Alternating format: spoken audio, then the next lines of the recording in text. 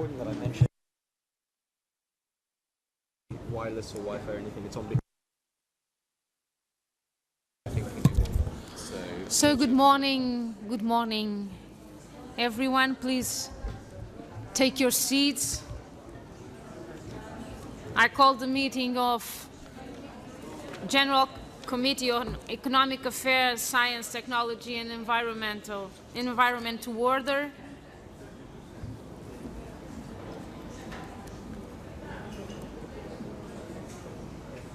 Take your seats, please.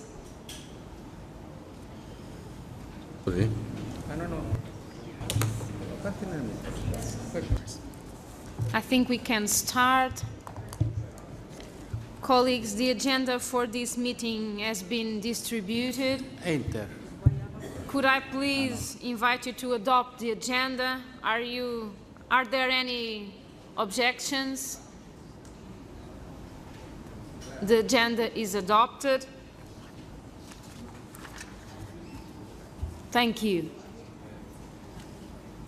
It is a pleasure for me as Vice Chairman of the Committee on Economic Affairs, Science, Technology and Environmental to welcome you to this meeting.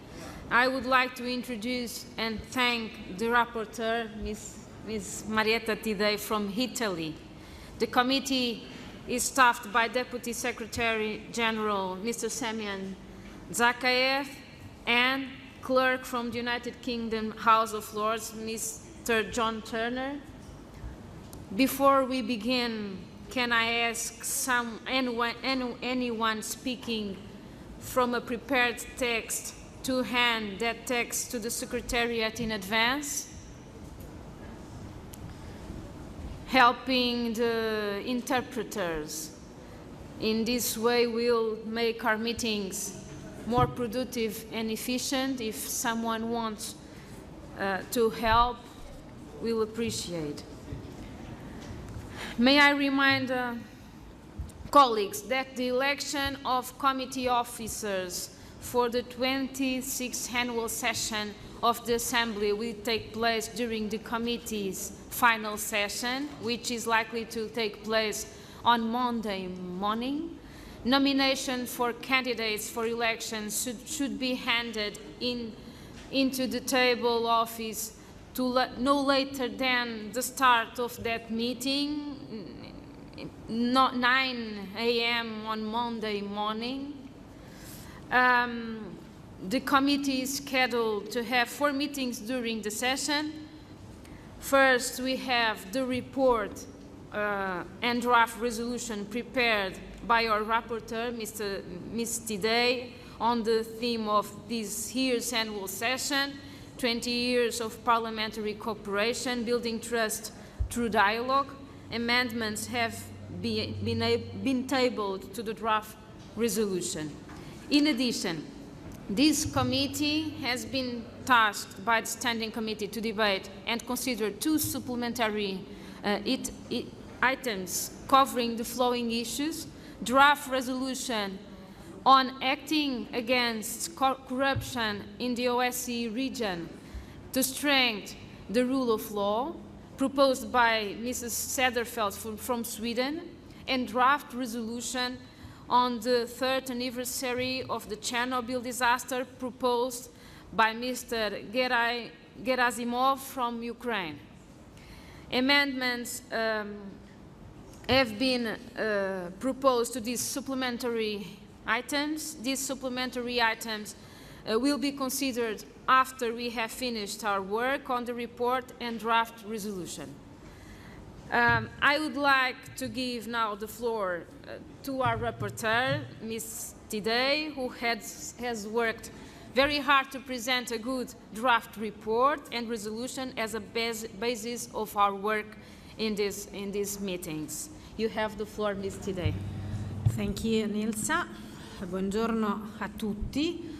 Grazie Presidente. Io desidero innanzitutto ringraziare il segretariato per il supporto che mi ha fornito nella stesura della risoluzione e anche tutti i colleghi che attraverso i loro emendamenti hanno voluto comunque dare un contributo importante alla discussione dei temi economici che questa mattina, ma anche nei giorni seguenti, andremo ad affrontare. Inizio la mia relazione. Io credo che mai il nesso tra ambiente, economia e sicurezza sia stato percepito tanto intensamente come nel periodo attuale. Negli ultimi anni abbiamo assistito agli effetti correlati a cascata della corruzione, della questione energetica, del cambiamento climatico, della sicurezza alimentare, dei flussi migratori, quali fattori che hanno contribuito alla destabilizzazione di molte regioni dell'area OSCE. Richiamando l'approccio globale alla sicurezza adottato nell'atto finale di Helsinki del 1975 dagli Stati partecipanti, è nostro dovere come parlamentari dell'OSCE, dell'area degli Stati aderenti all'OSCE, affrontare le cause sottostanti a molte delle sfide comuni alla sicurezza, che oggi in maniera più evidente che mai hanno una componente radicata nella dimensione economica e ambientale. La sicurezza ha un profilo ambientale. Questa citazione, che proviene dalla sessione annuale di Budapest dell'Assemblea parlamentare dell'OSCE del 1992, ci dice che la questione della salvaguardia e della tutela dell'ambiente è da lungo tempo centrale nelle preoccupazioni della nostra organizzazione. La disuguaglianza nella distribuzione delle risorse alimentari ed idriche, la sicurezza di quegli stessi alimenti, l'uso ancora eccessivo di combustibili fossili e di grandi cambiamenti climatici sul nostro pianeta, ma così come le grandi migrazioni, rappresentano sfide da combattere e da vincere. Ogni giorno sono a repentaglio vite umane, si muore di fame e di sete, ma anche dell'eccesso alimentare e di una cattiva, anche se opulenta, alimentazione.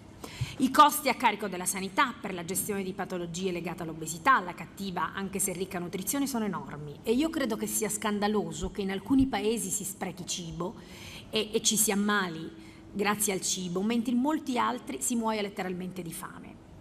E vedete, io credo che l'opulenza crei una sua ideologia, un'immagine culturale, e molti paesi del cosiddetto terzo, quarto mondo la osservano e vivono in questa disuguaglianza giustamente come un oltraggio. Si acuiscono le tensioni politiche e la scarsità delle risorse in loco genera anche guerre, instabilità che a loro volta mettono a rischio i già fragili diritti umani di popolazioni locali.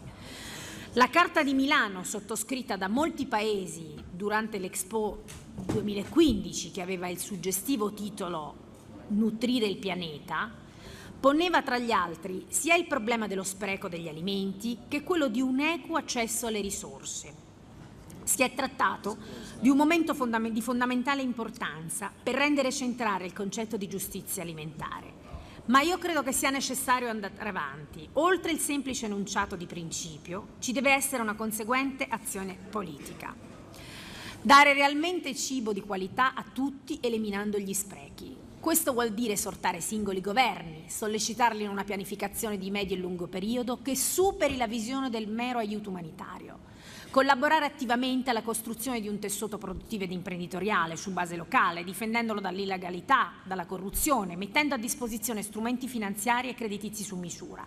Agire affinché di fronte alle difficoltà non prevalga la logica dell'austerità, che ha evidentemente fallito, ma quella dell'investimento e del rilancio dell'economia. Democrazia, sviluppo, diritti umani sono interconnessi, germogliano solo ed esclusivamente dove c'è pace, e la pace viene garantita solo dalla giusta redistribuzione delle ricchezze, dalla giustizia sociale, a partire dall'equa distribuzione delle ricchezze, a partire da quelle alimentari, da quelle idriche, da quelle energetiche. L'altro tema fondamentale che vorrei affrontare è quello delle migrazioni. Io credo che sia necessario combattere i pregiudizi che si alimentano nella paura e nella sfiducia. Una sorta di nevrosi sociale impedisce una seria analisi del fenomeno migratorio. Eppure siamo in un mondo fluido dove tutto si sposta, le materie prime come le persone in cerca di rifugio da guerre e da persecuzioni o anche da povertà estrema. E molti paesi, vedete, io credo che abbiano bisogno dei migranti. Perché essi con il loro lavoro contribuiscono alla ricchezza e pongono un argine alla crisi demografica e all'invecchiamento di alcune società, dando un contributo essenziale ai sistemi previdenziali e pensionistici. Io voglio ricordare qui solo il caso singolo del mio paese, lo ricordavo già a Vienna. Spesso noi siamo sopraffatti da una sorta di retorica dell'assedio, parliamo di invasione quando parliamo di migrazioni. In realtà, solo pensando al singolo caso del mio paese, gli immigrati nel mio paese apportano circa l'8,% di PIL e grazie al versamento dei loro contributi previdenziali pagano la pensione a circa 620.000 anziani italiani. Io credo che questo succeda in Italia, ma sono sicura che succede in molti altri paesi. Nel 2050 il numero degli anziani sopra i 60 anni prevarrà su quello dei giovani. Nostro compito, al di là della gestione delle emergenze, sarà quello di governare i flussi migratori in maniera razionale, adattandoli anche alla necessità dei nostri sistemi produttivi e del mercato del lavoro, creando le migliori condizioni possibili per l'accoglienza, per il rientro nei territori di partenza dopo il periodo di lavoro, magari legando i rimpatri ad un rafforzamento della cooperazione internazionale che sia finalizzata allo sviluppo economico dei paesi di origine. Guardate, io credo che la chiave di tutto sia proprio qui, proprio nella gestione complessiva del fenomeno dei flussi migratori, avendo ben presente che solo attraverso una cooperazione tra paesi di origine, paesi di transito e paesi di destinazione dei flussi migratori si potrà giungere comunque a una gestione razionale di questi flussi.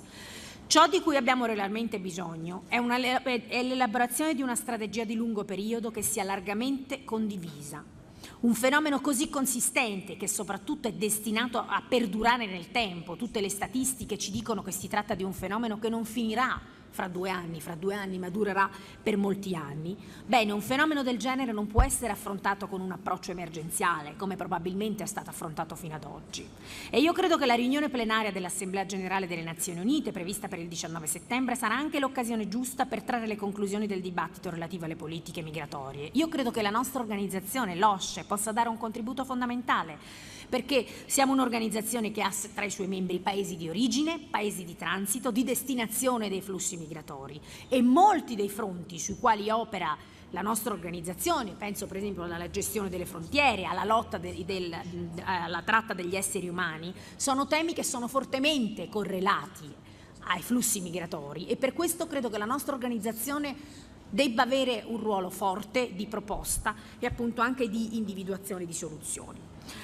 Passerò all'ambiente, perché nel 2016 non celebriamo solamente i 25 anni dall'istituzione dell'Assemblea parlamentare avvenuta durante la conferenza di Madrid, ma voglio ricordare anche 25 anni di grande impegno per l'ambiente. Era infatti il 1991 quando la Commissione di negoziazione intergovernativa svolse la sua prima riunione per affrontare quella che già era considerata una questione centrale per il pianeta, cioè la minaccia dei cambiamenti climatici. La recente conferenza di Parigi del 2015 sui cambiamenti climatici, la COP21, si è chiusa lo scorso dicembre con l'approvazione all'unanimità dell'accordo di Parigi da parte di 195 paesi rappresentanti all'Assemblea plenaria delle Nazioni Unite. Un accordo storico che entrerà in vigore nel 2020, con il quale si avvia un nuovo piano d'azione globale per contrastare i cambiamenti climatici di origine antropica. Nel dettaglio le direttrici sono 3: attuare le misure per contenere l'aumento delle temperature globali ben al di sotto dei 2 gradi centigradi oltre i livelli preindustriali, contemporaneamente di intensificare gli sforzi per limitare l'aumento a 1,0 gradi centigradi. Migliorare la capacità di adeguamento globale e di reazione alle conseguenze dei cambiamenti climatici, garantire finanziamenti per sostenere le misure di mitigazione delle anomalie climatiche. I passi avanti fatti a Parigi sono grandi, tuttavia non dobbiamo abbassare la guardia riguardo ai mutamenti del clima. L'accordo del 2015 ha un effetto contenitivo, di certo non risolutivo. Bisogna anche qui lavorare ad una strategia di medio e lungo periodo. Nei prossimi decenni, ci dice uno studio delle Nazioni Unite, saremo di fronte a un aumento delle catastrofi ambientali. Bisogna partire dallo spirito di Parigi e migliorare. Anche il segretariato dell'OSCE sappiamo che è in prima linea sulla questione ambientale, qui si legano chiaramente le conseguenze geopolitiche e anche sui flussi migratori. Ma per andare avanti credo che ci sia bisogno di un mandato chiaro da parte di tutti i partner, finalizzato a un'azione concreta. Il mio auspicio è che questo mandato arrivi il più in fretta possibile. È difficile far comprendere infatti ai paesi anche in via di sviluppo che vanno limitati i combustibili fossili. Giustamente essi rivendicano anche, appunto, giustamente un diritto allo sviluppo, additando a modello proprio i paesi industrializzati. E mi preme dire che a volte i paesi più industrializzati sono stati forse un cattivo esempio dal punto di vista appunto della gestione delle risorse energetiche, producendo energia bruciando olii combustibili, carboni, rifiuti con costi ambientali altissimi.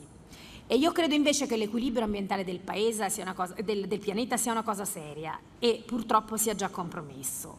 Dobbiamo far sì che i paesi che si affacciano per la prima volta sulla via dell'industrializzazione non vengano lasciati da soli. È nostro dovere compiere uno sforzo per la condivisione delle conoscenze, dei brevetti relativi alle energie rinnovabili, affinché diventino patrimonio comune dell'umanità. Con questo dobbiamo comunque tenere a freno anche le speculazioni sui mercati finanziari, sulle materie prime, della produzione energetica, difendere la proprietà collettiva delle fonti rinnovabili e contrastare le tentazioni autoritarie e destabilizzatrici che nascono anche in alcuni territori. Io credo che occorra uno sforzo comune, credo che l'OSCE debba fare la sua parte con determinazione e con orgoglio, ma occorre anche che tutti gli attori della vita politica internazionale diventino interlocutori di pari livello, senza stati che vengano lasciati al margine delle trattative e delle decisioni. E occorre che tutte le entità statuali siano concorsi sulle direttrici di azione, soprattutto in questo campo, che è veramente un campo assolutamente rischioso e che può produrre comunque degli effetti devastanti. Citerò alcune parole brevemente dell'atto di Helsinki. Le iniziative per sviluppare la cooperazione nei settori dell'interscambio, dell'industria, della scienza e delle tecnologie, dell'ambiente, nonché di altri ambiti di attività economica, contribuiscono a rafforzare la pace e la sicurezza in Europa e in tutto il mondo. Si tratta di un concetto lineare, semplice, nel contempo profondo e foriero di conseguenze virtuose, sempre attuale anche a distanza di più di 40 anni. Io credo che non ci sia modo migliore di festeggiare 25 anni dell'Assemblea parlamentare che raddoppiare i nostri sforzi per la pace e la stabilità, ambiente, sviluppo economico, migrazioni, diritti umani, democrazia. Io credo che il nostro pianeta meriti una consapevolezza e sforzi sempre maggiori. Grazie. Grazie. Thank you, Ms. Tidei. I would assist me greatly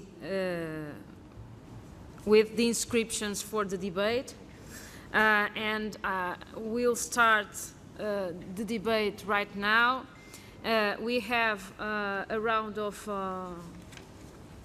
12 inscriptions, so I'll suggest that each one wants to speak can speak around 5 minutes, and I'll give the floor to Mr. Aldag from Canada.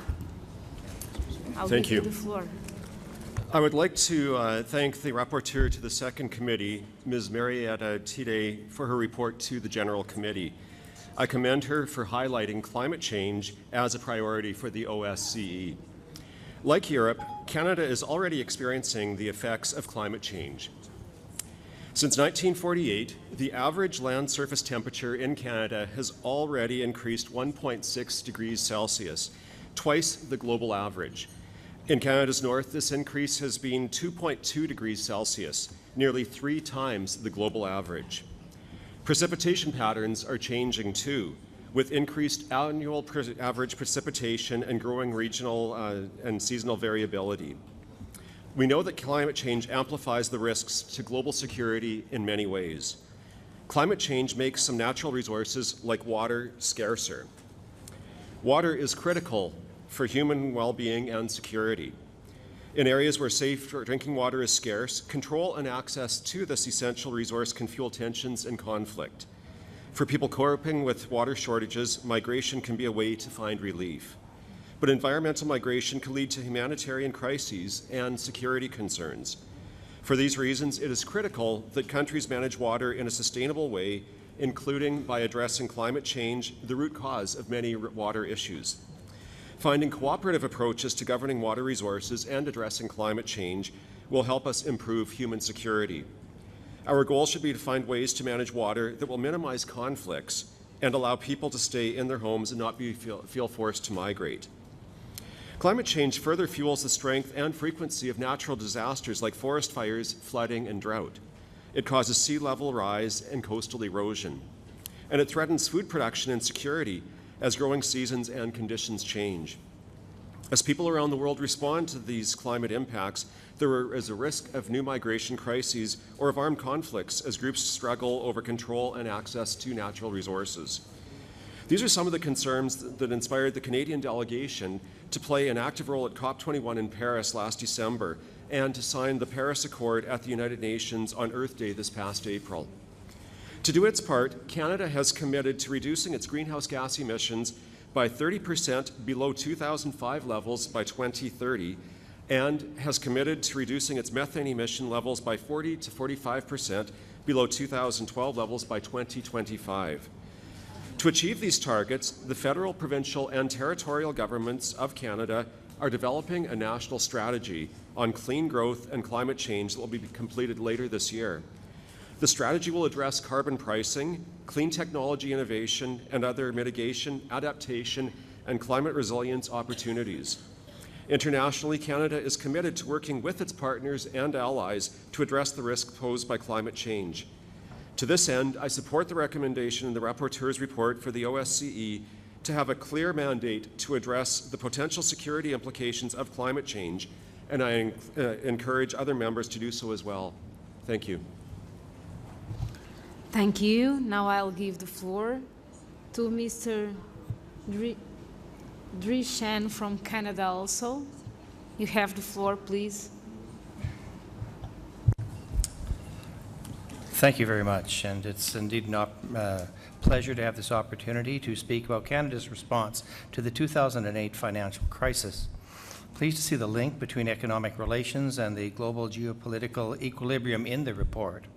Certainly all countries are part of the global economy, and our interconnectedness means that circumstances, economic or otherwise, in any one country can have great effects on many others. This is as true now as it was in 2008.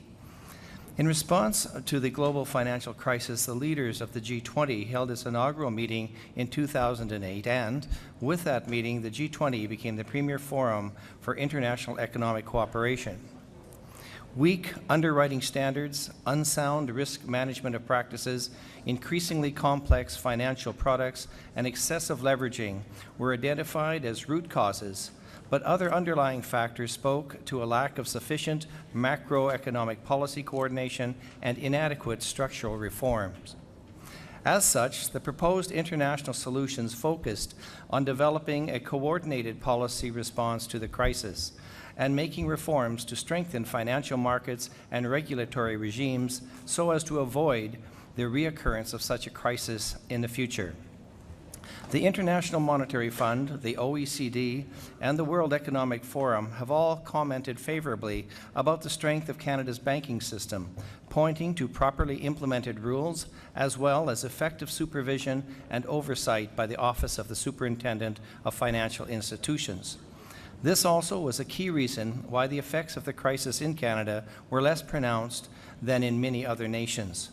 Of course, like a number of countries worldwide, Canada's federal government took decisive action during the crisis to stimulate its domestic economy in order to support economic growth.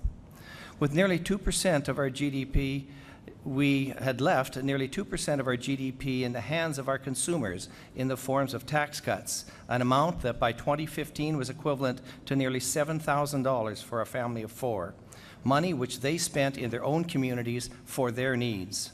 These and other tax measures had reduced our tax burden to where now it is at the lowest rate in over 60 years. We have increased the median wage by 8.3%, lowered the poverty rate by 8.8%, and we've taken hundreds of thousands of low-income Canadians off of the tax roll altogether. And we've created the wealthiest middle class in the world.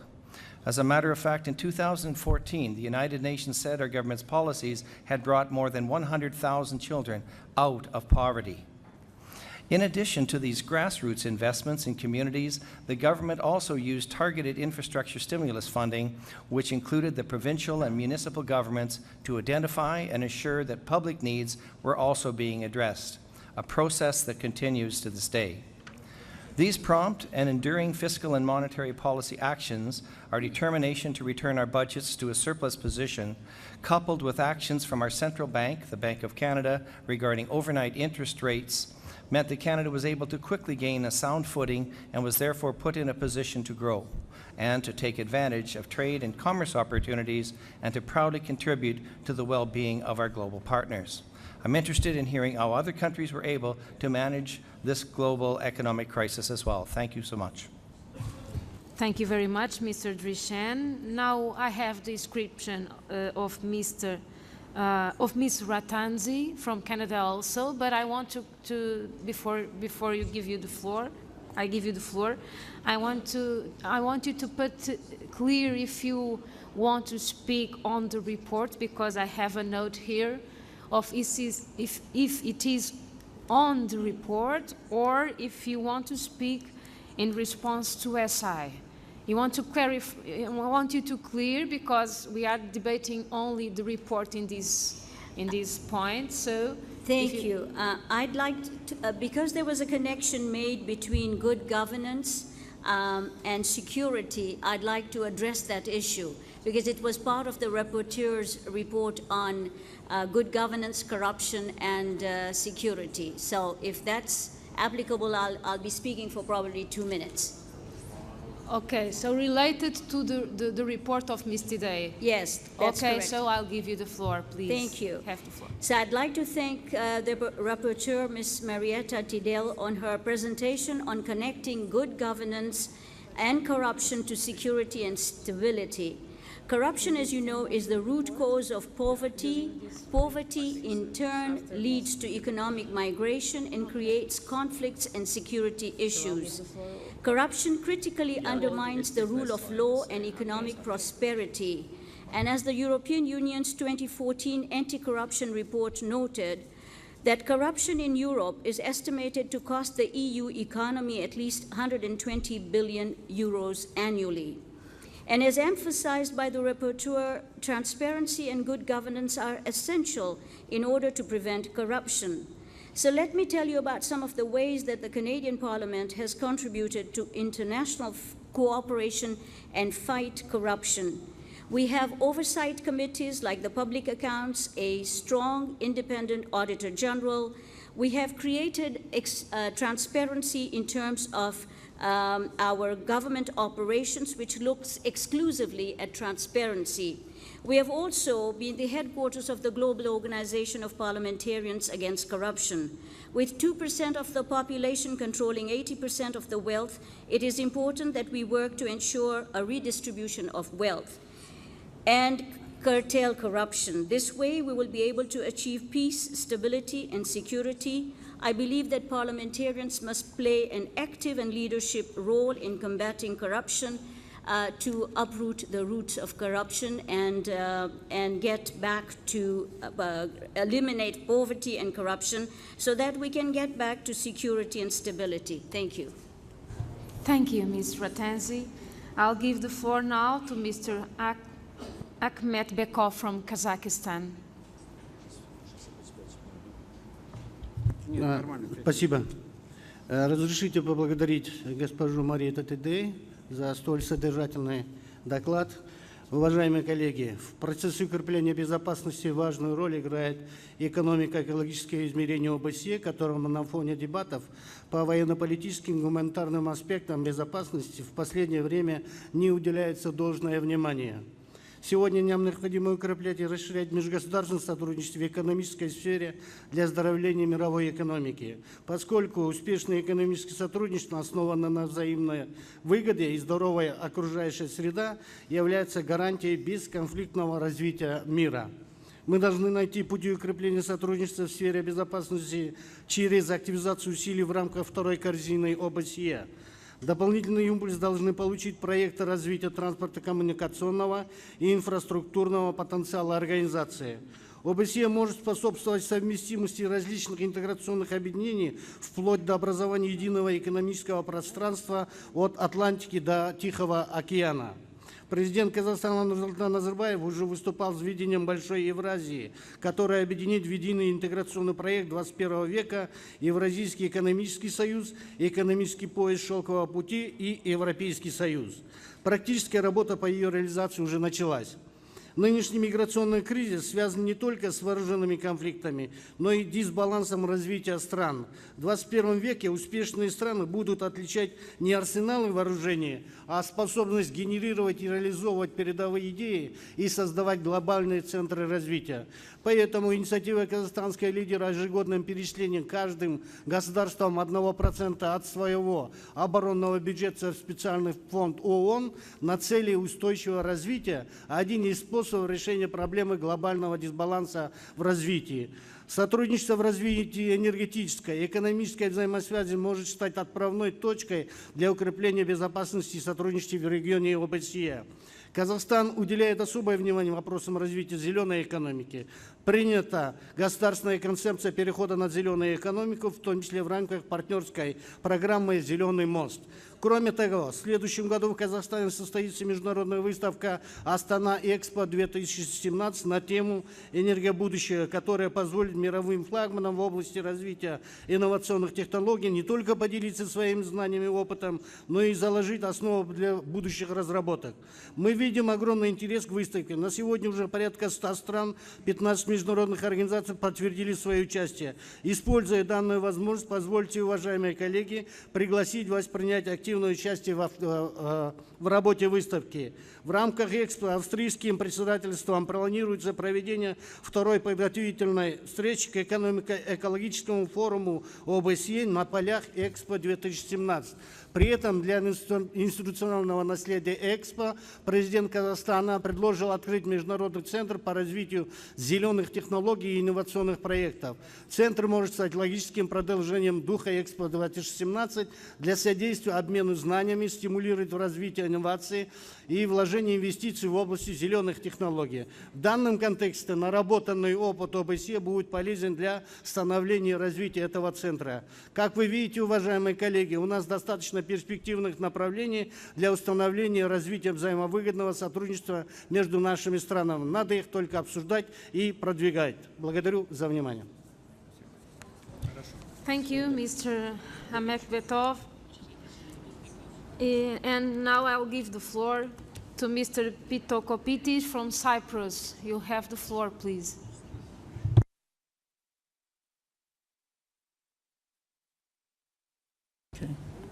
Thank you very much for the opportunity.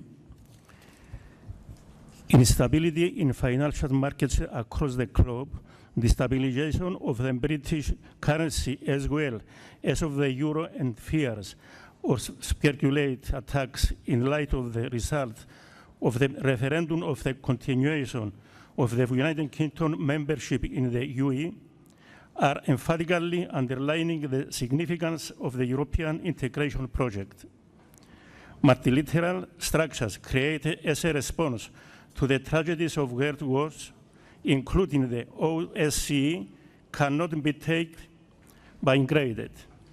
Despite its frustrations, maintaining an inclusive dialogue is the only way to secure continuing commitment towards multilateralism and to continue to build trust among OSCE participating states for the ultimate purpose of addressing persisting divisions.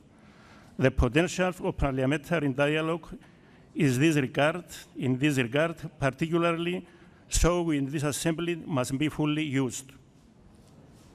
Promoting development in the OSCE regions, including state partners for cooperation, as per numerous calls of this assembly, will have positive repercussions on the persistent issue of the migration crisis.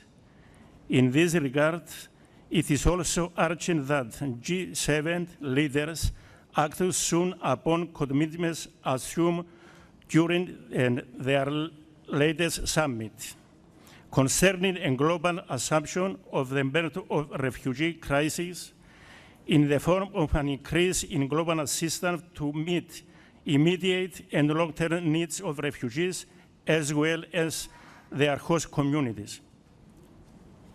In the same vein, and despite the extremely volatile situation, Cyprus has been forging long-term synergies with countries in the Middle East and North African regions in the context of its energy policy that have the potential to enhance the development stability nexus. Natural gas deposits discovered in the exclusive economic zones of Israel, Cyprus, and Egypt can lead to further enhancing energy security and a new reliable source of supply to Europe via a diversified route for part of the Levantine basin gas resources. Committed to our state aim to utilize hydrocarbon resource as a catalyst for peace, it is our firm belief that proceeds from exploitation of any such resources will contribute to the prosperity of all the citizens of the Republic of Cyprus after the solution of the Cyprus problem. Thank you very much. Thank you, Mr. Pitokopitis.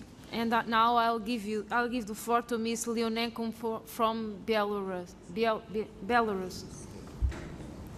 Уважаемые коллеги, дамы и господа, вопрос социально-экономического развития, рационального и устойчивого использования природных ресурсов, защиты окружающей среды напрямую касаются благосостояния и качества жизни каждого человека. От того, насколько эффективными будут совместные действия государств-участников в данной сфере, во многом зависит стабильность и безопасность нашего региона.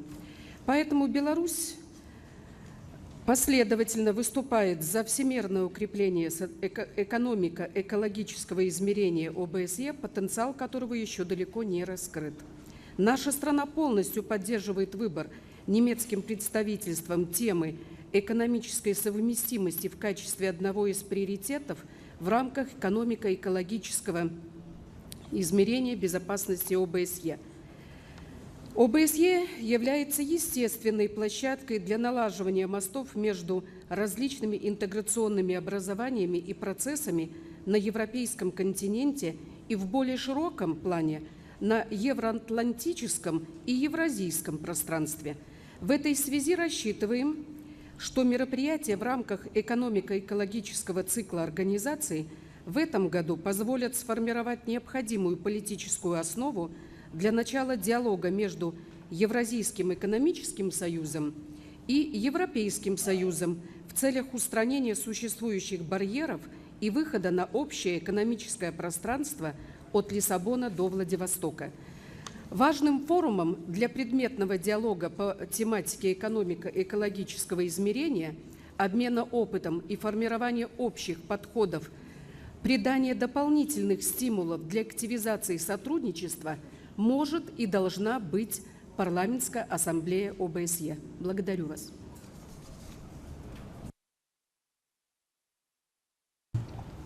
Thank you. Now I'll give the floor to Mr. Nabizad from Azerbaijan.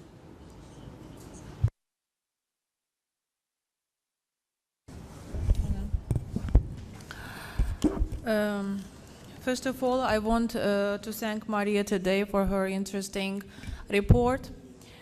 And dear participants of conference, ladies and gentlemen, the impact of refugees and migrants to the economy is a big challenge and opportunity for the OSCE region. In this context, multicultural value is very important for all countries. And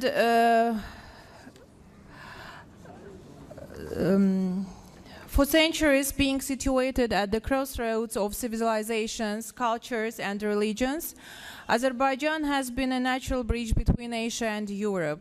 And the most popular word nowadays, multiculturalism, has always been the lifestyle in Azerbaijan and continues to be. Representatives of different religions, cultures, nations, and ethnic groups have always been living in a peaceful atmosphere in the environment of mutual respect, understanding, and friendship. There has never been any conflict or misunderstanding on a religious or national basis. And that is a prescriptable part of our state policy, what leads to large-scale development of friendly relations among nations living in Azerbaijan.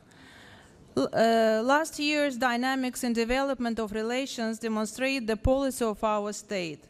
And to my opinion, if all countries follow such policies, there will be less conflicts in the world.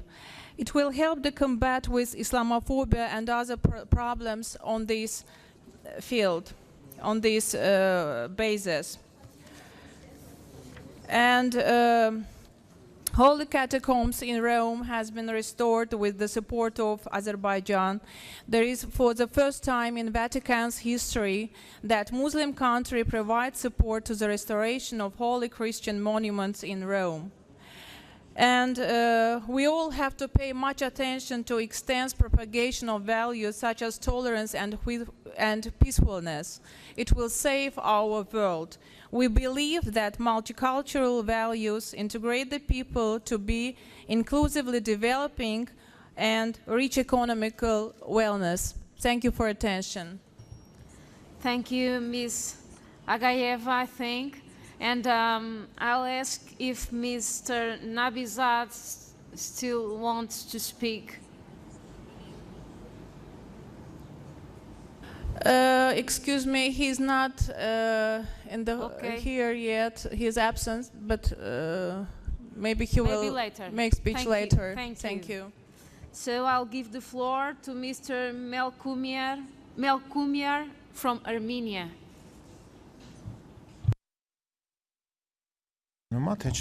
Спасибо, уважаемые господа, дамы. Сначала я бы хотел представить некоторые пожелания относительно доклада и отметить, что доклад сделан на высоком профессиональном уровне. Но я бы хотел представить некоторые пожелания. Во-первых, в докладе были рассмотрены различные вопросы. Вопросы безопасности, вопросы окружающей среды, вопросы энергетики, промышленности и миграции. Я бы хотел отметить, что когда мы смотрим рекомендации относительно доклада, здесь очень хорошие рекомендации, но здесь создаются некоторые проблемы, о чем я бы хотел сказать. Во-первых, нужно синхронизировать законодательство различных стран, потому что если мы хотим оценить воздействие, например, энергетики, промышленности и других отраслей экономики на разные страны и окружающую среду, необходимо иметь методологию оценки. Если мы будем иметь такую методологию, то никаких проблем не будет.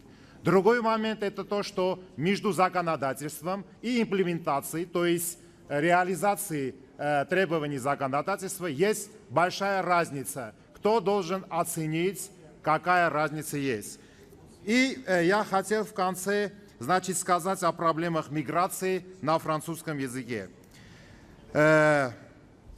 Depuis 12 années, la République d'Arménie a accueilli plus de 17 000 réfugiés de Syrie, mais n'a pas reçu d'aide adéquate de la part de la communauté internationale. Notre pays, Arménie, dépense de grands moyens financiers en vue d'assurer l'accueil et la future intégration de migrants, sans avoir encore résolu ces problèmes avec les réfugiés d'Azerbaïdjan. Aujourd'hui, plus que jamais, le problème le plus actuel, c'est d'assurer la sécurité des réfugiés et de contribuer à leur intégration sociale. L'Arménie a accueilli presque 30 000 réfugiés syriens qui se sont déjà installés et ont un emploi. Pendant la dernière année, la République arménienne a réalisé un encore travail à cet égard. À notre avis, l'intégration sociale des réfugiés suppose tout d'abord de leur fournir un emploi correspondant, de donner la possibilité de se réadapter professionnellement et de résoudre le problème de leur sécurité sociale. Maintenant, quelques notions je veux présenter concernant les militaires opérations d'Azerbaïdjan. Chers collègues, au début du mois d'avril, les autorités d'Azerbaïdjan ont déclenché des opérations militaires sur toutes les lignes frontières entre la République de Nagorno-Karabakh et l'Azerbaïdjan. L'Azerbaïdjan a utilisé plusieurs espèces d'armées destructives, de chars de combat, de drones, de missiles, de Tozoan. La présidente d'Azerbaïdjan a ainsi voulu prolonger la vie de son gouvernement corrompue et devient l'attention de son peuple de problèmes socio-économiques intérieurs. Les Azéris ont attaqué les populations pacifiques dans le village Talish, Mataris, la ville de Martakert et d'autres. Ils ont mutilé les cadavres de victimes et coupant tête aux réels des autres membres de corps. Il est évident que c'est une politique anti-humaine et fascistique réalisée par le gouvernement azéri. Bien sûr, les forces armées de Nagorno-Karabakh ont répondu techniquement à ces attaques, mais il est indispensable que le comité et l'organisation internationale donnent une appréciation, je répète, appréciation juridique et politique sur ce fait. Et notre, il faut qu'essaie de vendre et de fournir des armées l'Azerbaïdjan, car il faudra encore assumer la responsabilité des conséquences. Moi, en tant que député du Conseil national et citoyen de la République arménienne, je préviens la file Aliyev que la prochaine fois, la réponse sera si forte qu'il ne imagine pas. Merci pour votre attention. Thank you very much. Now I give the floor to Ms. Olga Bialtova from Ukraine. You have the floor, please. Thank you, Madam Chair. Dear colleagues, I would like to start by turning your attention to the OSCE strategy document for the economic and environmental dimension, which, among other important things, also points out the issue of the OSCE response to economic and environmental changes and threats to security. In this context, I submit to you that energy and its supply is one of the ways on how regional stability and peace could be threatened. OSCE is always for unity, and today it is in our interest to find a comprehensive solution to energy security which covers all member states, does not divide the north and south of Europe, the west and east of Europe, and we in Ukraine, we also seek to see that it does not threaten even more our Ukraine's stability at these very difficult times, which is because of the Russian military aggression. For that reason, Nord Stream 2 as a project is a very risky endeavor for our region, Eastern European countries in particular, and of course an obvious threat to Ukraine's interests. The very fact that Russia is seeking to expand capacity by constructing new pipelines while the half of the existing transportation capacities to Europe currently remain unutilized, clearly reveals the political logic and motivation led by the project's proponents. For your information, just now in Ukraine, we transmit to our EU partners only 50% of what we could.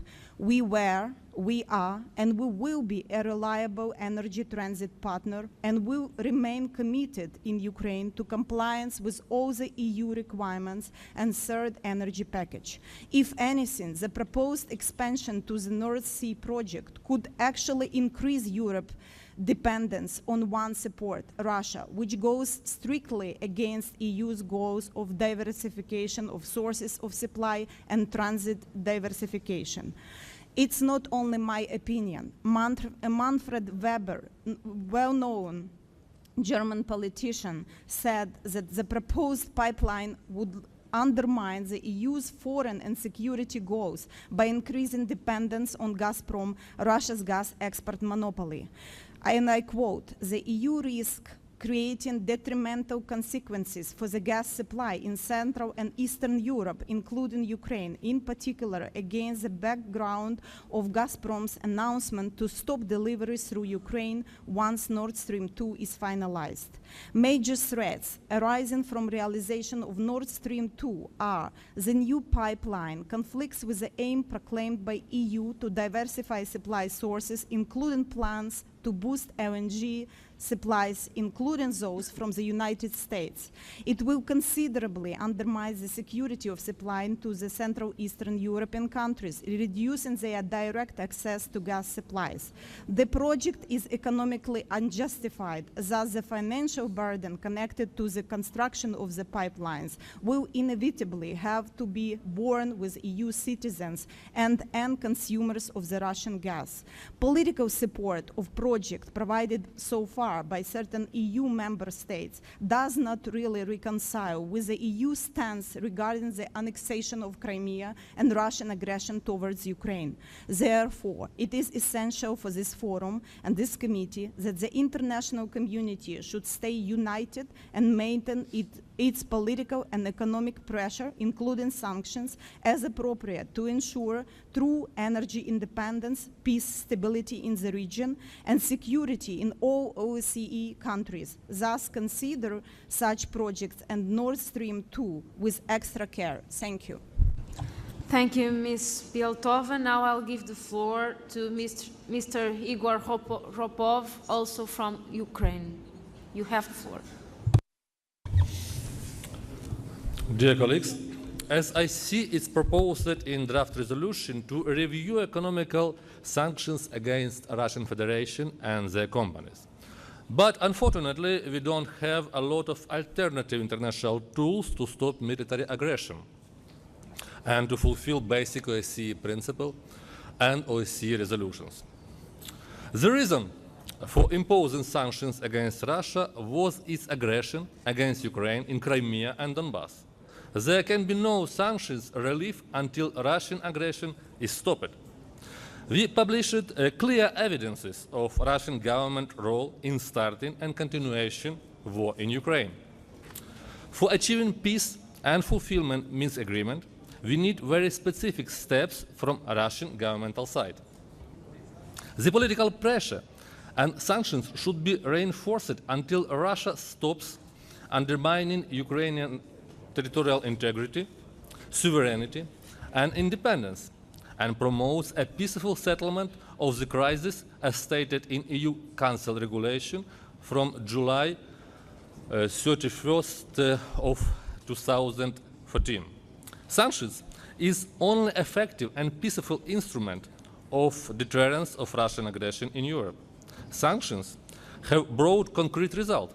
Russian aggression in Donbass was suspended and localized. Taking in account that Ukraine's international partners refrain from supplying Ukraine with defensive weapons and helping to deter a Russian military offensive, sanctions are the only viable instrument to support Ukraine. We understand decreasing of trade between some countries and Russia, but first of all, even countries like China decreased export to Russian Federation for around 30%. So it's general depression of Russian economics, but not only outcome of the sanctions. Secondly, mainly problems in export to Russia, results of decision of Russian government to stop or to decrease import of some goods from EU countries to Russian Federation. And last but not the least, security is costly value. So it's less costly to pay for the sanctions than to pay for global war. Thank you. Thank you very much. Now I'll give the floor to Ms. Tursunova from Tajikistan. Спасибо, уважаемый председатель. Выражаю благодарность докладчику госпоже Мариетте Тидей за столь содержательный и весьма полезный доклад. Уважаемые коллеги, в настоящее время нарастающий поток взаимосвязанных событий, которые являются следствием положения в энергетике, изменений климата, продовольственной безопасности и миграции, которые спровоцируют дестабилизацию в регионе ОБСЕ, остается важной проблемой. Республика Таджикистан, правительство, парламент разрабатывает решения для обеспечения продовольственной безопасности на основе культуры и инноваций в продовольственной сфере, которые способствуют технологическим преобразованиям, что имеет важное значение для долгосрочной устойчивости глобальной продовольственной системы, которая является одним из стратегических целей достижения устойчивого развития государства. Я поддерживаю рекомендации доклада госпожи Мариетте Тидей и считаю, что реализация данного проекта в рамках сотрудничества в экономическом и экологическом измерении по созданию благоприятного климата для бизнеса и инвестиций, борьбе с коррупцией, развитию региональной торговли и транзита товаров, укреплению потенциала управления водными ресурсами и энергетической безопасности. Спасибо за внимание. Thank you very much. Then I'll give the floor to Mr. Gerasimov from Ukraine. You have the floor, please. Madam Chairperson, dear colleagues, yes, at that time, everybody knows that Ukraine now is under military aggression from Russian Federation. The part of our territory is occupied. But at the same time, Ukraine as a country did, for the last 2 years, did big steps in reforming the country, especially in the areas of economical and anti-corruptional issues. We started reforming under very challenging conditions because Russian occupation of Crimea and areas of Donetsk and Lugansk regions resulted in industrial production dropped by 20%, drop of our GDP. Also, we met energy and trade economic aggression from the Russian Federation side, hybrid war. Inside the country, we received from the previous president an effective system of the state governments, an efficient law enforcement and judicial system, exhausting financial and banking system. And despite that fact, we started huge reforms. Let me mention just several out of them. We restructured external debts. We made reform of police. We optimized procurement system inside our country, improved the regulatory environment, improved the banking sector drastically. We started the processes of decentralization inside the country, and first of all, we started processes of financial decentralization. We optimized budget indicators, started reforming energy sector, in anti-corruption, public administration. And you know that recently the parliament voted for the judicial reform. Let me just briefly make a few words about reforms in the regulation and procurement system. In the regulation, for the last 2 years, Ukraine went up for more than 30 positions. More than 15,000 Soviet standards abolished. About 100 administrative barriers for business cancelled. Quantity of permits was cancelled by more than 40%. As for the public procurement, we introduced online system Prozoro, and now it's became a cornerstone for optimizing government procurement and preventing corruption. We have already more than 4,000 contractors, and savings only during the last year were more than 1 billion. And in 2016, Prozoro received World Procurement Award. No one country in the world was reforming under such challenging conditions. But despite that fact, Ukraine advanced on reforms more than other countries before, many countries. And finalizing this information, I want to say that, okay, we have done more than perceived, but much less than we aspire for. Thank you for your attention. Thank you very much.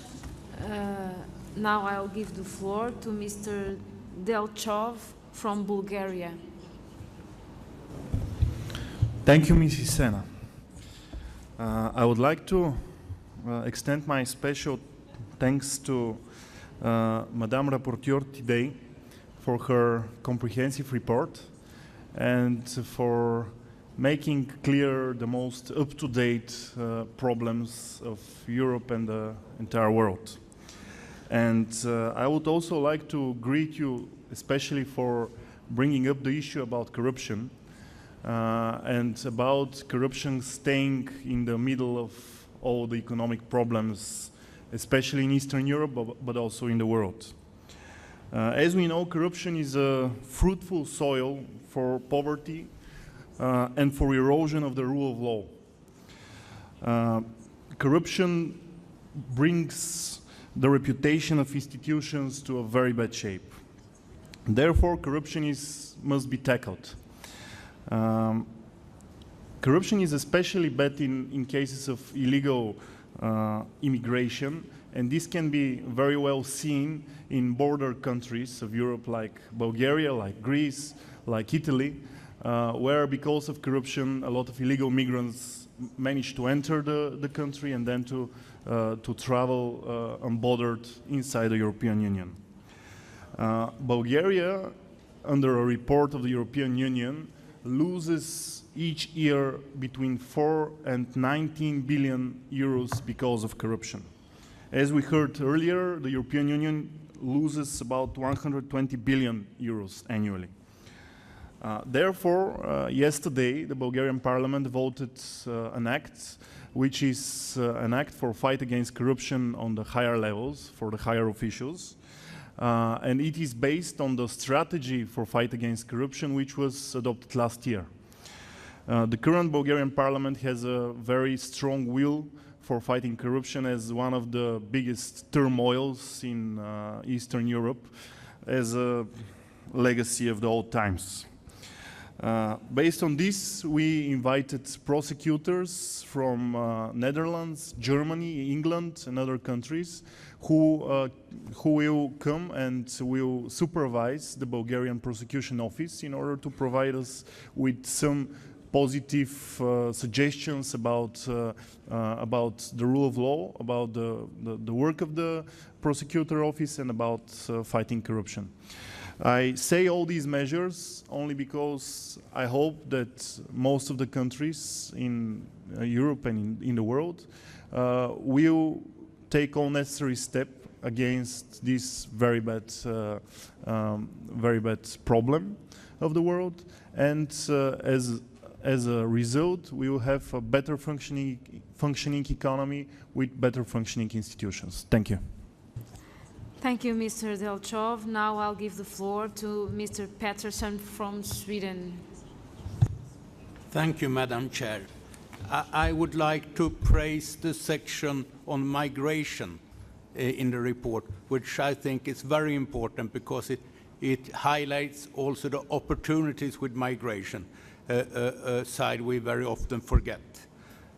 And it also put migration in an economic context, which I also think is very important because we tend to only discuss migration and refugees from a humanity position, which is also important. And in a time when a lot of developed countries has aging, shrinking population, they should do their math and do the calculations, because to have a sustainable economy, they could use the situation which are now with a lot of refugees. And if you look at Europe, the countries that now use the situation with the migration flow to secure their common wealth, their future wealth by accepting refugees and integrating them in the labor market. So the paragraph which called for action on this thing, I think is very important, and I praise that part of the report. Thank you. Thank you very much, Mr. Pettersson. Now I'll give the floor to Mr. Nabizad from Azerbaijan. You have the floor. Thank you very much. Dear Madam Chair, dear Ms. Marietta Tedi, I want to thank you for the very interesting reports for the economical sides of the growth, especially the inclusive growth on the world. Actually, we have planned to discuss and to make some preparation for the reports also, but today's the Armenian delegation statements that they made here, it was very surprising for us also. The first of all, we are on the economical committee now, and we think about it that what we are making here, what we are discussing here, it should be economical issues of the growth. If you want to make such the political statements, there is another two committees that you could do there also. But we were surprised, first of all, that we are in the peace-talking process now, and now in this process to make such aggressive statements on the side of Armenia, this is the provocation from their side. And the second is that if you want to make such aggressive statement, please do it on the Armenia, not in such a very respectable organization here, because we came here to build the confidence between the countries. And the third one, today's statements of Armenia is made one more proof that Armenia is the aggressor countries. And we have to stop such aggression, we have to stop such the countries' activities that to achieve the economical growth in the countries. Thank you very much. Thank you, Mr. Nabizad. Now I'll give the floor to Ms. Drobinski-Weiss from Germany. Vielen Dank, Frau Vorsitzende. Ich bedanke mich auch bei der Berichterstatterin für ihren sehr ausführlichen, interessanten Bericht, möchte aber auf einen Punkt eingehen, ganz explizit auf die Nummer 23. Es geht hier darum, dass hier die EU-Staaten auf die Ernährungssicherheit achten sollen. Das ist sicherlich alles soweit in Ordnung. Ich möchte doch aber kritisch darauf hinweisen, dass der Hinweis auf die Förderung von neuen technologischen Verfahren hier doch etwas kritischer zu betrachten ist und nicht einfach so etwas simpel formuliert stehen darf. Denn ich möchte daran erinnern, dass wir große Probleme haben mit Saatgut und den Auswirkungen, die GVO verändert sind. Und Sie wissen sicherlich auch, dass wir hier mittlerweile sehr viel feinere, technologischere, gentechnisch veränderte Verfahren haben, von deren Auswirkungen wir noch nichts wissen und wir auch nicht wissen, welche Gefahren sie für uns, das heißt für die Natur haben. Hier sollten wir auch noch mal überlegen, nicht nur darauf zu achten, die Lebensmittel nicht zu verschwenden, sondern auch tatsächlich für eine entsprechend biologische, ökologische Landwirtschaft zu sorgen. Vielen Dank.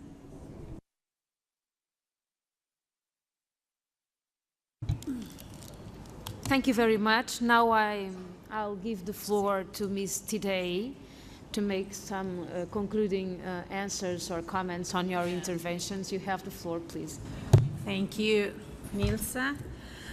Io intanto vorrei ringraziare tutti voi perché anche attraverso questi spunti, che sono spunti importanti, sicuramente avete arricchito il dibattito di questa mattina. Devo ringraziare soprattutto chi attraverso anche l'illustrazione delle buone pratiche dei loro paesi ha voluto dare un contributo, perché io credo che in fondo questo tipo di forum, di discussione servano proprio a questo, servano proprio a mettere in comune esperienze positive, buone pratiche che ognuno di noi può sperimentare nei propri paesi, e laddove queste buone pratiche riescono è giusto comunque metterle al servizio del bene comune e quindi far sì che queste diventino patrimonio comune della nostra organizzazione. Mi rendo conto che c'è bisogno dell'armonizzazione della legislazione per far sì che gli obiettivi vengano raggiunti. Noi tutti sappiamo quanto spesso la comunità internazionale sia pigra in questo e quanti ancora scontri su singole questioni, anche di natura economica, ci siano.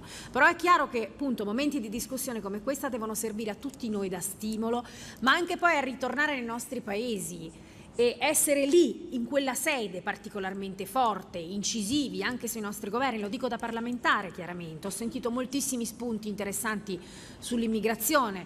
Io sono un'italiana, quindi noi viviamo comunque il tema delle migrazioni in maniera molto forte, perché non abbiamo solo le nostre frontiere da controllare, ma il Mediterraneo è la frontiera sud di tutta l'Unione Europea, dell'Unione, quindi chiaramente noi vorremmo un cambiamento di impostazione generale su quel tema lì.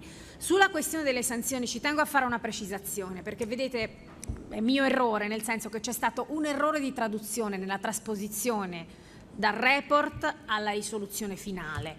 Io non volevo assolutamente dire che sia necessario cancellare le sanzioni, volevo solamente introdurre un elemento di discussione rispetto agli effetti economici delle sanzioni, anche perché questa non è la commissione politica, non è la plenaria e quindi non è mia intenzione entrare nei motivi che giustificano o che hanno giustificato l'apposizione delle sanzioni.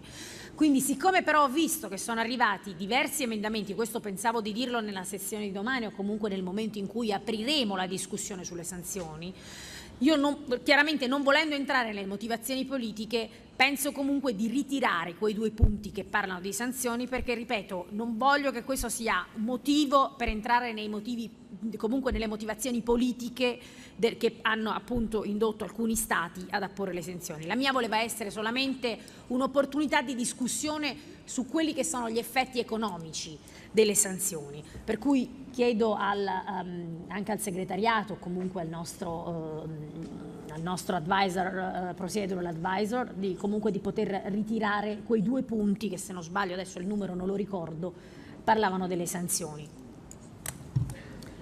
Grazie mille.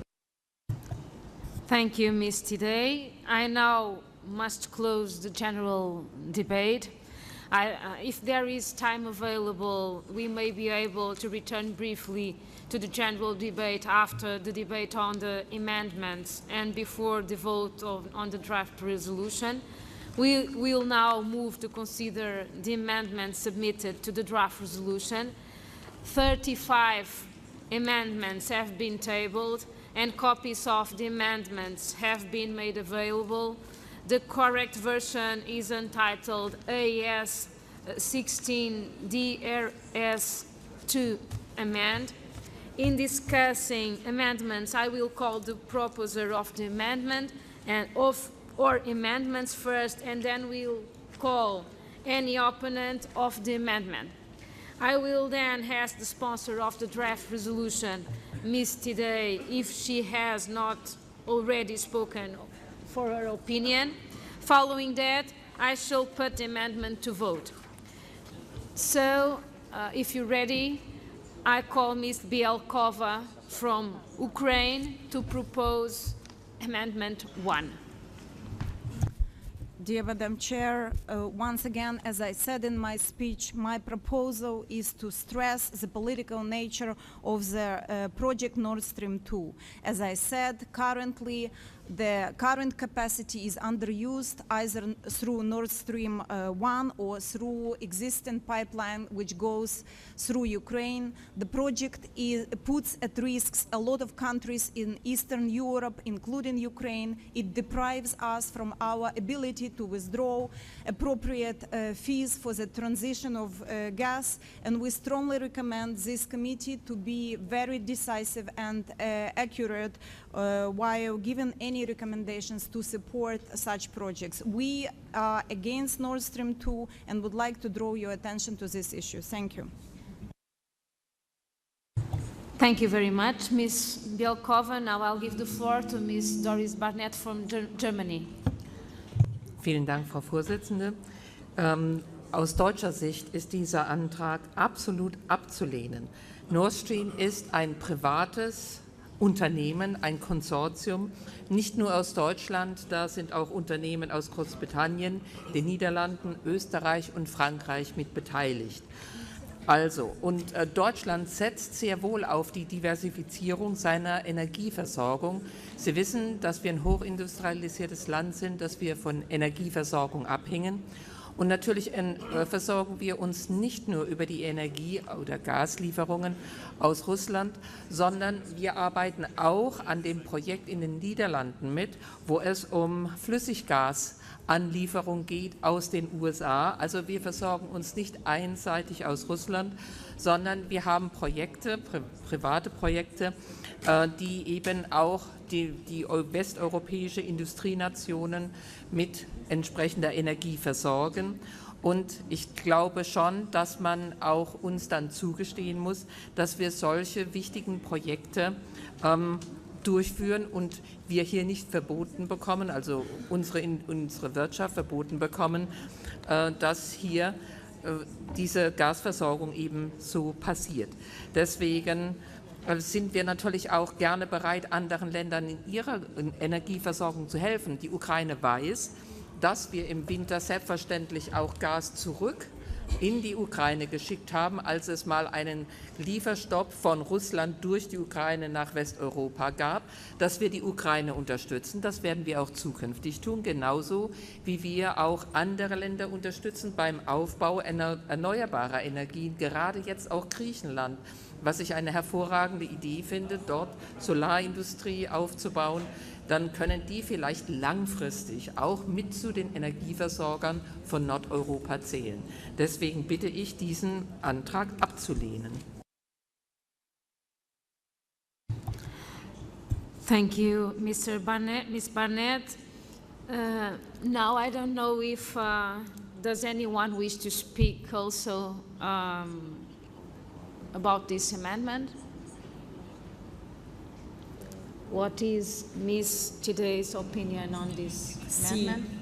Guardi, io sono contraria ad aggiungere questo paragrafo e non voglio entrare chiaramente anche qui nelle motivazioni politiche che possono anche trovare una loro giustificazione, però io non credo sia compito di questa Assemblea bocciare o promuovere un progetto, quindi in realtà mi esprimo in maniera...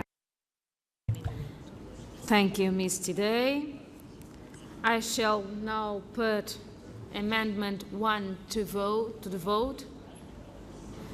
Will all those in favor of Amendment 1 please raise their cards, their voting cards, please?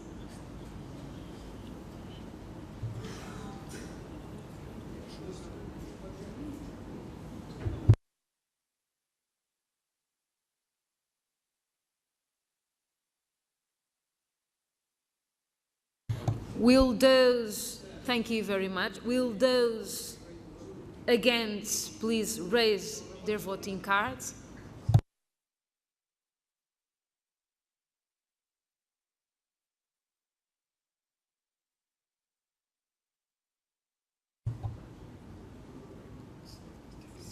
So the amendment 1 is defeated. Now I'll call Mr. Fokin from Russia to propose amendment 2. Спасибо, госпожа Сена.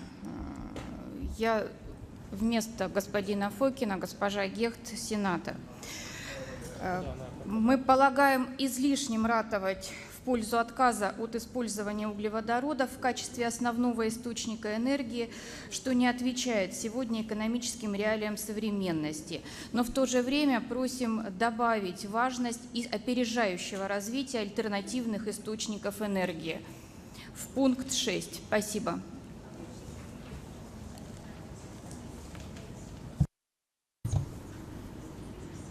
Thank you. Thank you very much. Does anyone wish to speak against Amendment 2? So I'll give the floor to Mr. Patterson. You have the floor, please. Thank you, Madam Chair. The paragraph is written in the context of climate change, and then it's a reduction of carbon dioxide that is the main thing.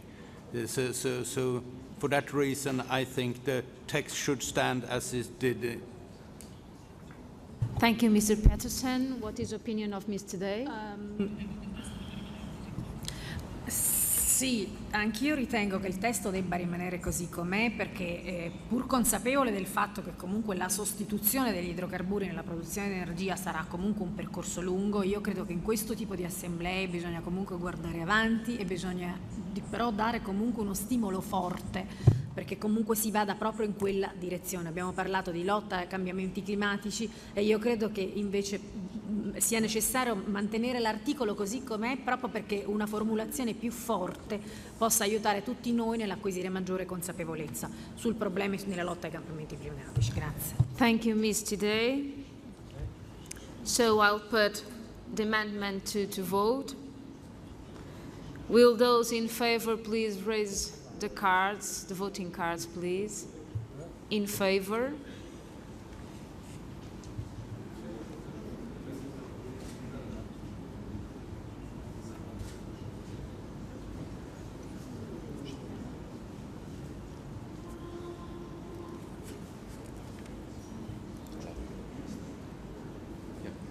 Thank you very much. So, will those against please raise your voting cards?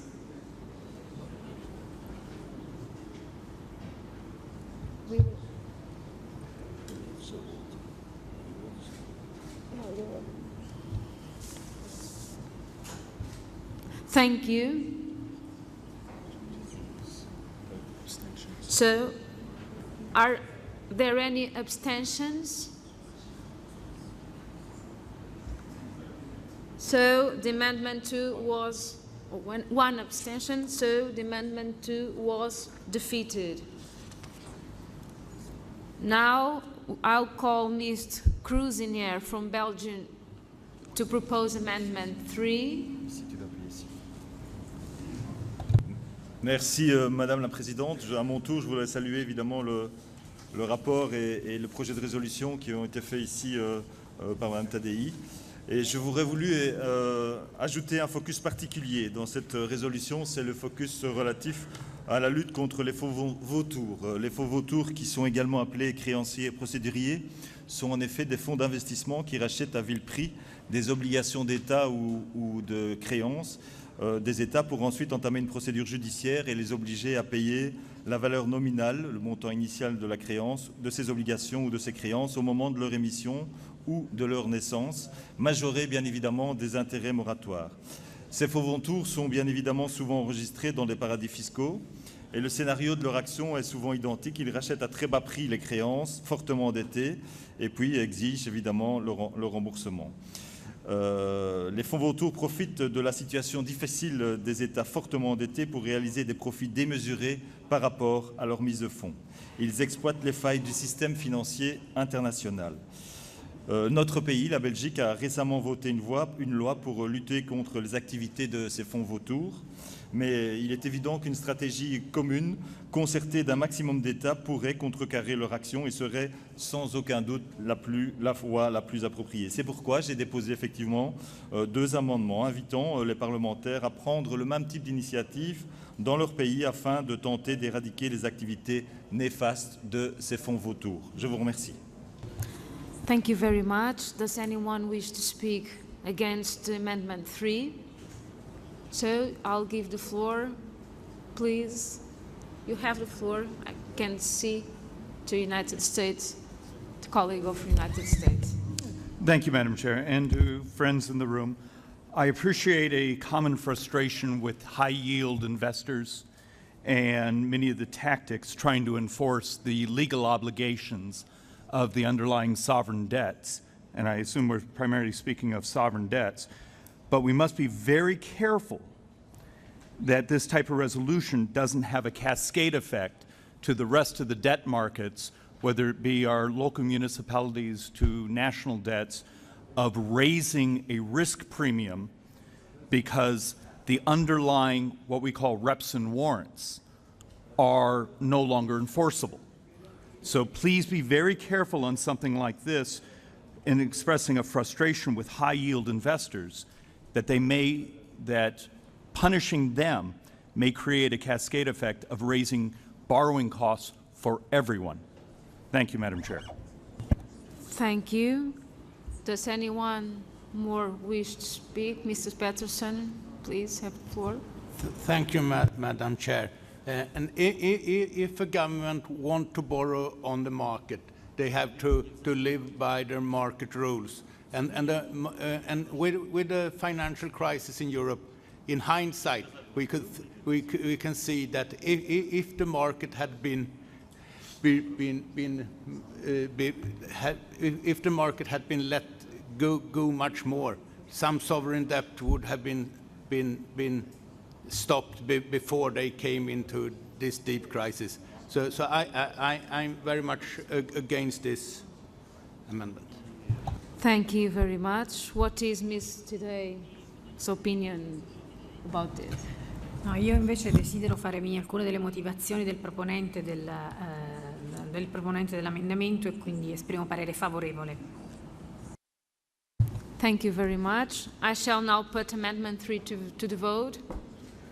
Will those in favor of Amendment 3 please raise your cards?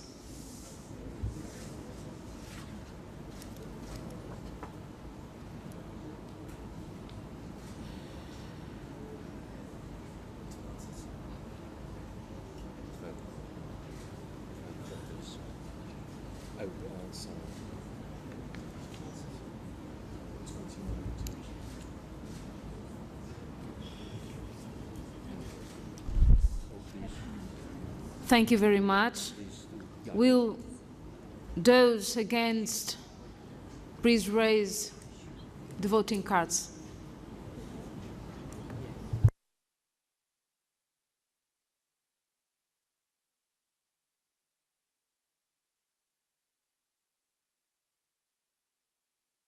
Thank you very much.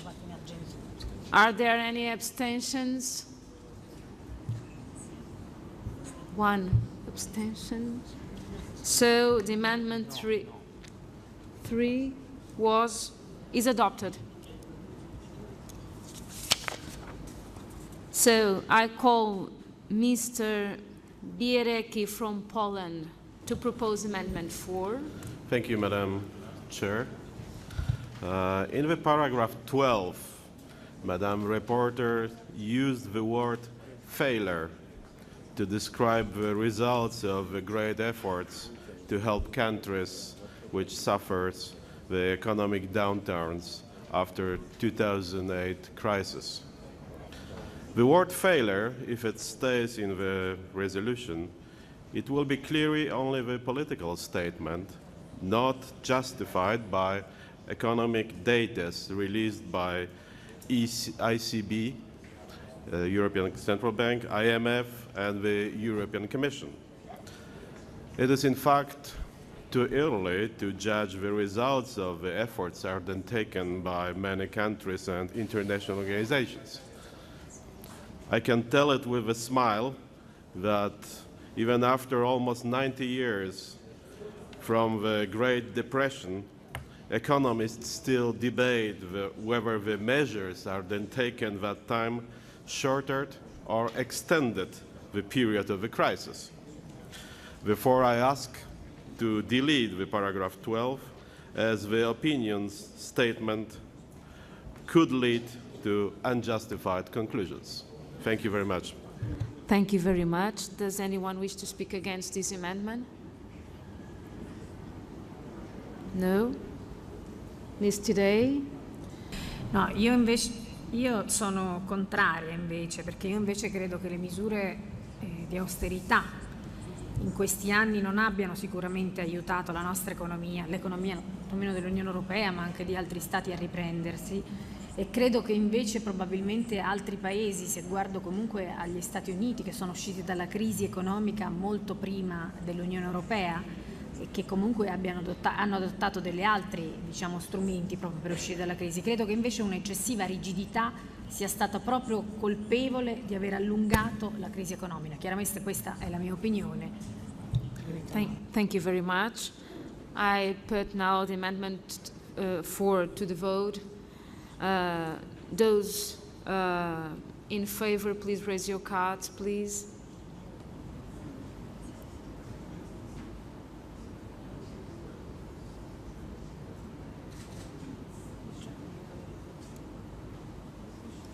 Thank you very much. Those against, please raise your cards.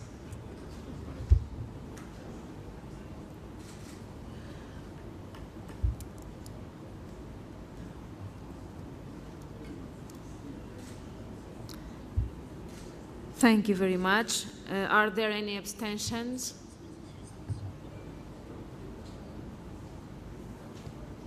So the amendment is defeated. This amendment is defeated. Thank you very much. I call now Mr. Bierecki from Poland to propose the amendment 5. You have the floor. Thank you very much, Madam Chair. I propose to delete the paragraph 13 as it clearly promotes one-side view on this very important economic issue. This paragraph does not take into consideration the cost of integration, very high cost of integrations of immigrants in the community, lack of the success in this integration, creation of expensive ghettos of alien culture and laws within European cities. This also does not take into the consideration of the issue of low wages and impact of these low wages of migrants into the existing labor market, and also on social welfare system. This one-side view which is promoted into the paragraph 13 should not stay in the resolution. Thank you very much. Now I'll give the floor to Ms. Doris Barnett. Please, you have the floor. Vielen Dank. Im Gegensatz zu meinem Kollegen aus Polen muss ich für Deutschland sagen, natürlich in Deutschland haben wir über 1 Million Flüchtlinge schon aufgenommen, jetzt. Und natürlich ist das für uns auch eine große Belastung. Das wissen wir schon. Aber auf der anderen Seite wissen wir auch oder haben die ganze Zeit gejammert, dass wir eine alternde Gesellschaft sind. Dass wir, wenn wir nicht mindestens jedes Jahr 400.000 Personen zuwandern haben, dass wir dann immer weniger werden und das mit einer alternden Gesellschaft, die eigentlich Junge braucht, um für sie die Rente zu erarbeiten, wenn man so will. Also brauchen wir ja sowieso eine Zuwanderung. Und deswegen wäre es schlimm, wenn wir vergessen würden, dass kurzfristig eine Belastung Zuwanderer sind, auch Migranten. Aber mittel- und langfristig sind sie eine wertvolle Bereicherung. Wir brauchen die Leute unbedingt. Und sie haben auch in Deutschland, Gott sei Dank, nicht mehr die Möglichkeit, über Dumpinglöhne beschäftigt zu werden, weil wir einen Mindestlohn haben. Und der gilt für alle, ob für Deutsche oder in Deutschland lebende, schon lange lebende Migranten oder neu hinzugekommene. Und so kann man ein Problem auch, weil jede Münze zwei Seiten hat, auch sehen, dass sie ein Erfolg werden kann, wenn wir die Leute gut integrieren, ausbilden und sie dann arbeiten, damit unsere Gesellschaft mittel- und langfristig einen Vorteil hat. Deswegen bitte ich, diesem Änderungsantrag nicht zu folgen. Danke. Thank you very much, Mr. Barnett. I'll give the floor to Mr. Franco Monaco from Italy. Grazie, anch'io mi dichiaro contrario a questo emendamento. Sappiamo perfettamente, noi e anche altri colleghi di altri paesi, che questi flussi migratori rappresentano anche un onere e anche un problema.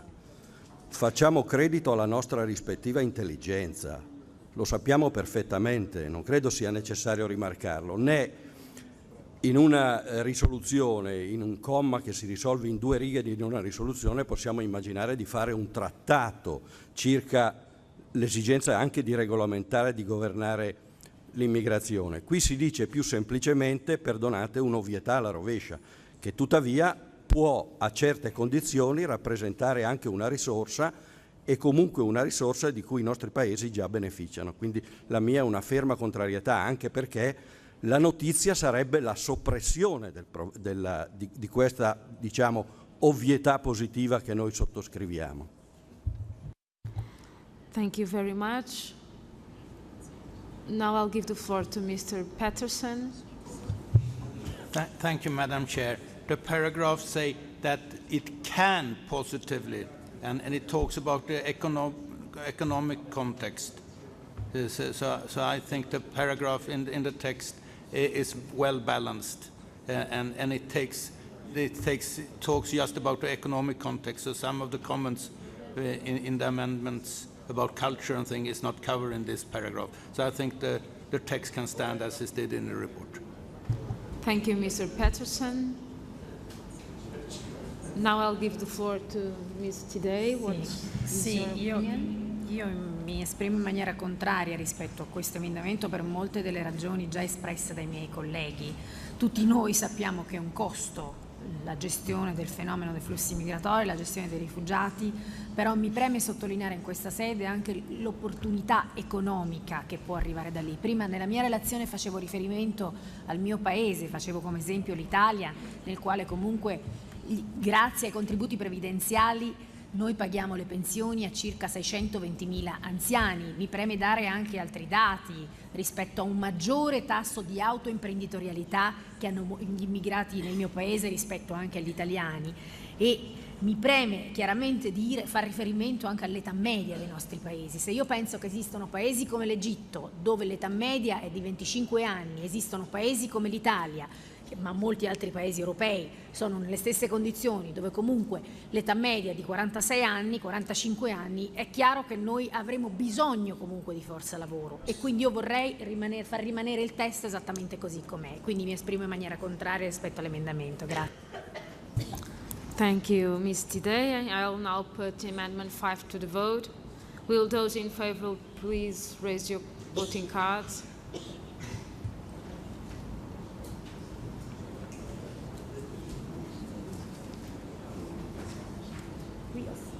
I have a new version of this.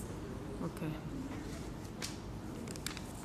Now, thank you very much. Now, will those against please raise your cards?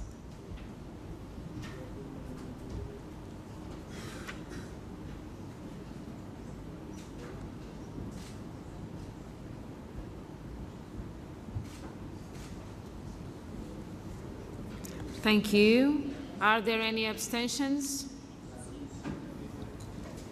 So the amendment is defeated.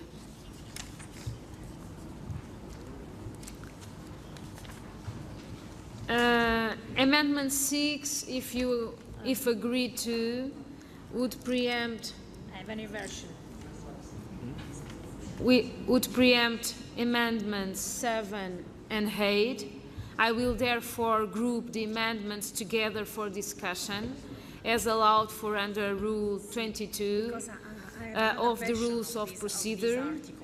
I will then call Mr. Oganian to propose amendments 7 and 8. If amendment 6 is agreed to, will not put amendments 7 and 8 to the vote. Yeah, but I've submitted an oral amendment. You will need to. Yeah. Can I? Now I'll give the floor I'll give the floor to Ms. Today. Yes, grazie, Mrs. Chair, because, perché io ho proposto un'altra versione di questo punto che abbiamo distribuito, credo abbiamo fatto distribuire, sto parlando del punto 14 e se volete la leggo, però credo che sia già in distribuzione, quindi volevo proporre chiaramente un emendamento orale, nel senso che voglio riformulare questo articolo. I read the new text. Noting that the origin of the migratory crisis that is affecting Europe includes, among other things, a severe drought in the past decade, as well as climate change and the problem of global food security. This is the new version. Thank you, Ms. Today. An oral amendment has been proposed that I'll repeat the amendment. The amendment is list 14? It's a new paragraph 14. But I read this? Yeah, you can read that. So I'll read again. Nothing that origin of the migratory crisis that is affecting Europe includes, among other things, a severe drought in the past decade, as well as climate change and the problem of global food security. And the 15 also? No. So, in accordance with paragraph 10 of Rule 22 of our Rules of Procedure, first I will ask whether there is any objection to the oral amendment being considered. If there is any objection, the oral amendment cannot be considered and it falls. And I saw a raised card from, yes, I saw a raised card, so the amendment, I don't know if I can see the lady, sorry. You want to speak, to explain, please? Yes, I'll give you the floor, please. Спасибо, госпожа Сена, господа Тидей. Я понимаю вот вашу объективность ведения данного заседания и попытки уйти от политики, но если мы не сформулируем настоящую основу миграционного кризиса в Европе, а она политическая, мы никогда не решим вопросы экономики. Спасибо.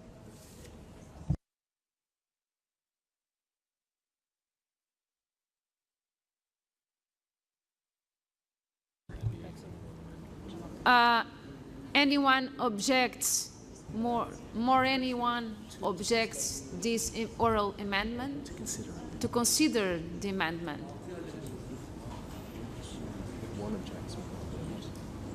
No? So? And it will need to go to the vote after Amendment 6. So we considered only after the Amendment 6. So we continue, and I call now Mr. Lombardi from Switzerland to propose Amendment 6.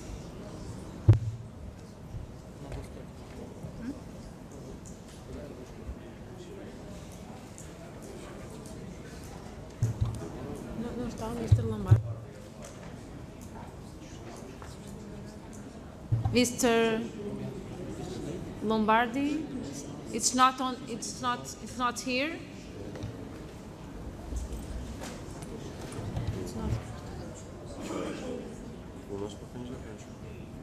Okay.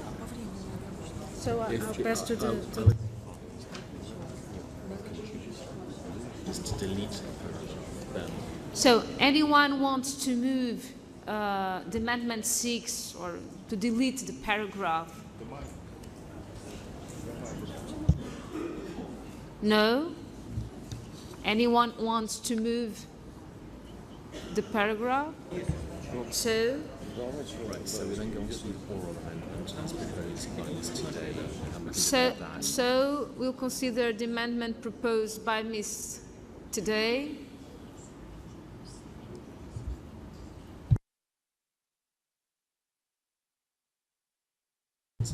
And is there anyone who wants to speak against the oral amendment proposed before by Ms. Today? No? So we put the oral amendment to the vote. I'll put the oral amendment to the vote. So those who are in favor, please raise your voting cards. In favor of oral amendment proposed before by Ms. Today. In favor of oral amendment. Please continue to the raised cards to the counting, please.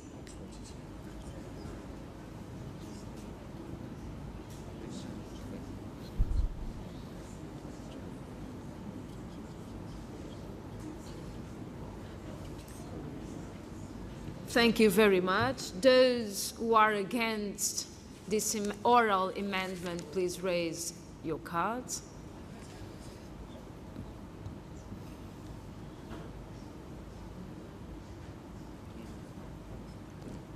Thank you very much. There's any abstentions?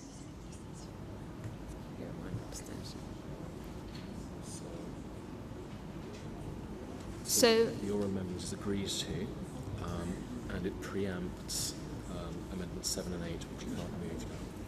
What I say? So the oral amendment was agreed to. The oral amendment was agreed. And that preempts. And then the preempt. The preempt? It preempts amendments 7 and 8, which now can't be taken. So we need to move on to 9. Thank you very much. Thank you very much. Now the preempt that I talked about the 7 amendment and the 8 amendment is not considered anymore. The Russian delegation. Госпожа Сена, в соответствии You want to have the floor? Please, you have the floor. В соответствии с правилами процедуры, поправки в рукописной или устной форме могут рассматриваться только при наличии единогласного согласия всех членов комитета. Поскольку были против, эта поправка принята устная быть не может.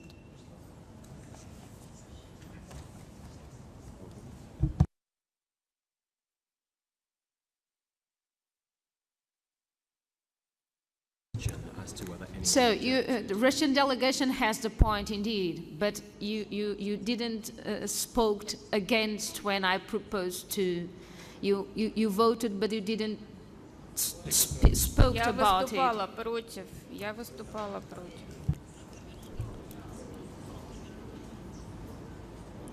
You didn't spoke. If you can. Мы высказали свое мнение о том, что политическая составляющая должна быть учтена в этой поправке. Более того, были голосующие против. Даже в соответствии с этим по процедуре эта поправка принята быть не может. Она может принята быть только при единогласном одобрении членов комитета.